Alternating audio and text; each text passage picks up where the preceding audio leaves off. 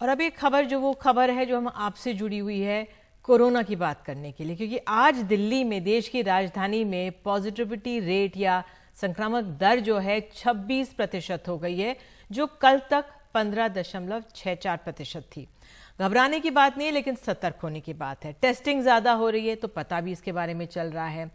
राहत की बात यह है कि कोई मृत्यु नहीं हुई है, जबकि महाराष्ट्र में चिंताजनक हालात हैं। कल के जो आंकड़े वहां के हैं कि 16 दिनों में 23 लोगों की मृत्यु हुई है। और सतारा में हमने आपको खबर दिखाई थी कि कुछ इलाकों में मास्क लगाना अनिवार्य कर दिया गया है।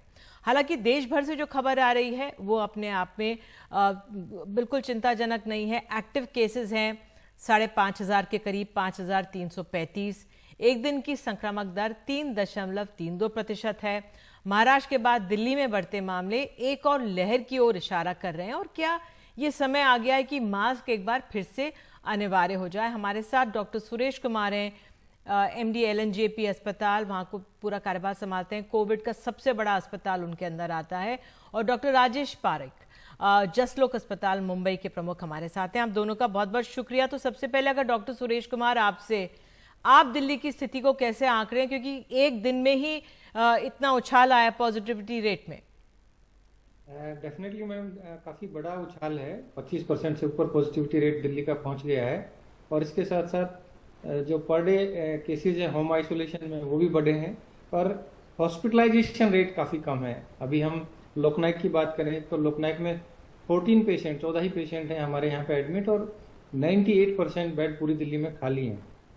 और ज़्यादातर जो पेशेंट हमारे पास आ रहे हैं वही व्यक्ति आ रहे हैं जिनको लंबी बीमारियां हैं, जैसे कैंसर है, टीबी है, या फिर बड़े किसी अन्य बीमारी की वजह से खराब हैं, वही पेशेंट एडमिट हो रहे हैं। Positivity is definitely high but hospitalisation is less. अभी पैनिक होने का या बहुत ज़्यादा भयभीत होने का आवश्यकता नहीं है। हमें ज़्यादा केयरफुल होना है, हमें ज़्यादा से ज़्यादा कोविड गाइडलाइंस का पालन करना है, क्योंकि लोग मास्क नहीं लगा रहे हैं। अभी भी काफ़ी आपने देखा होगा कि भीड़ भाड़ वाली जगह है, वहां पर लोग मास्क नहीं लगा रहे। तो मास्क लगाना स्वैच्छिक होना चाहिए, वॉलंटरी होना चाहिए। जैसे कि अभी सिक्किम का मैं पढ़ रहा था कि सिक्किम में तो अनिवार्य कर दिया है, पर दिल्ली में ये या देश के दूसरे भागों में अभी अनिवार्य नहीं है। पर हमें एक अच्छे नागरिक होने के नाते मास्क का और कोविड गाइडलाइंस का पालन जरूर बिल्कुल। करना अगर चाहिए। अपना बचाव करना है तो आप ये कह रहे हैं कि अब मास्क लगाना शुरू कर दें सर? डेफिनेटली मास्क लगाने से आप अपने आप को संक्रमित होने से बच पाएंगे, और ना केवल कोरोना से बच पाएंगे बल्कि आप H3N2 वायरस है, इन्फ्लुएंजा है, एयर पोल्यूशन है, मल्टीपल बेनिफिट्स है मास्क लगाने के।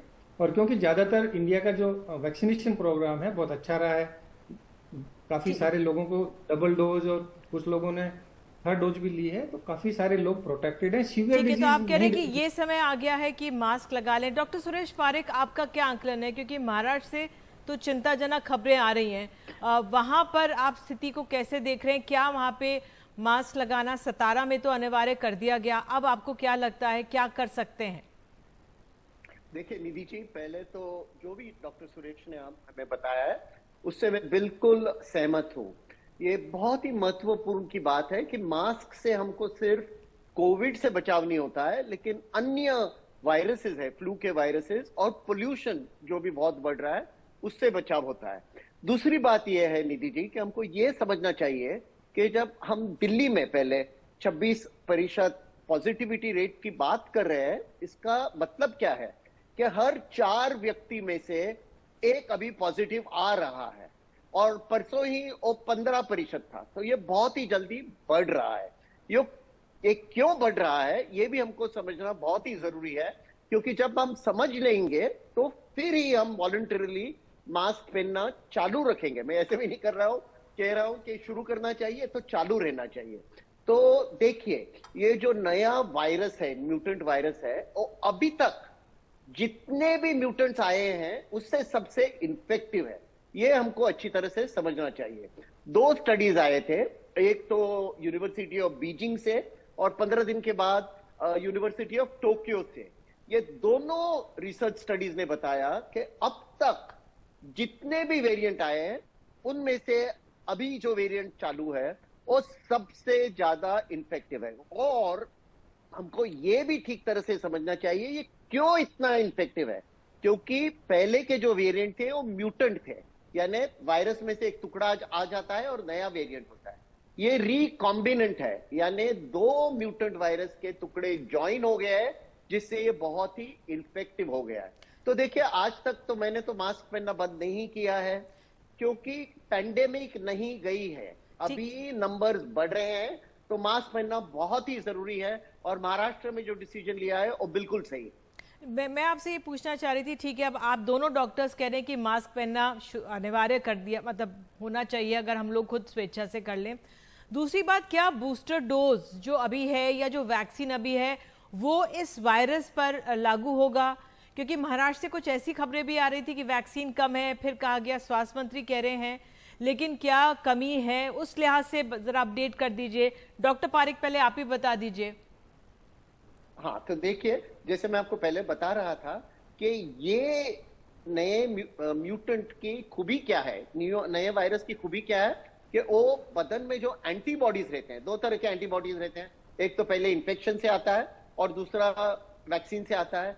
ये दोनों टाइप के एंटीबॉडीज को ये चुका सकता है, क्योंकि ये कॉम्बिनेंट वायरस है, म्यूटेंट नहीं है। तो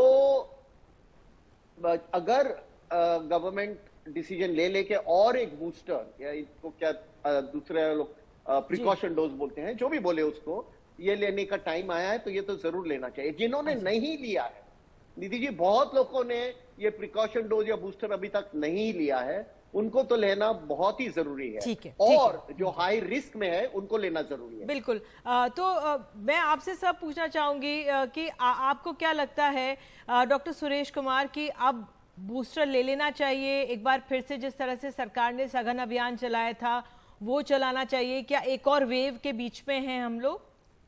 हमने जो डेटा हमने जीन सीक्वेंसिंग के हमारे पास आए हैं मार्च एंड के, अभी 1 हफ्ते पहले तक के जो सारे सैंपल का हमने एनालाइज किया, लगभग 300 सैंपल जो जीन सीक्वेंसिंग के लिए भेजे थे, उनमें जो हमें वेरिएंट देखने को मिला XBB 1.16 दिल्ली में 72 से 73% दिल्ली में इस वेरिएंट के मामले सामने आ रहे हैं। और ये वेरिएंट पे वैक्सीन का कितना प्रोटेक्शन होगा, कितना प्रोटेक्टिव एंटीबॉडी बनेगा, इसका अभी हमारे पास कोई डाटा नहीं है, सामने कोई स्टडी नहीं है। जो भी हमारे पास वैक्सीन का एंटीबॉडी का जो स्टडीज है वो प्रीवियस स्टडीज हैं, तो इसका अब देखना पड़ेगा कि ये जो पर्टिकुलर वेरिएंट है XBB 1.16, इसके अगेंस्ट में वैक्सीन कितना काम करती है, इसके लिए हमें स्टडी करने का आवश्यकता है। पर इसके साथ साथ ही जो भी हमारे पास हाई रिस्क ग्रुप है, पर्टिकुलरली एल्डरली पॉपुलेशन है, जिनका इम्यूनिटी कमजोर है, या वो व्यक्ति जिनको डायलिसिस वाले पेशेंट्स हैं, उनको निश्चित रूप से फायदा होता है। क्योंकि हमने देखा है कि जिसको भी बूस्टर डोज लगा है या जिसने भी 2 डोज लिया है, उसको माइल्ड सिम्टम्स के साथ हॉस्पिटल में वो लोग भर्ती हुआ है, एडमिट हुआ है।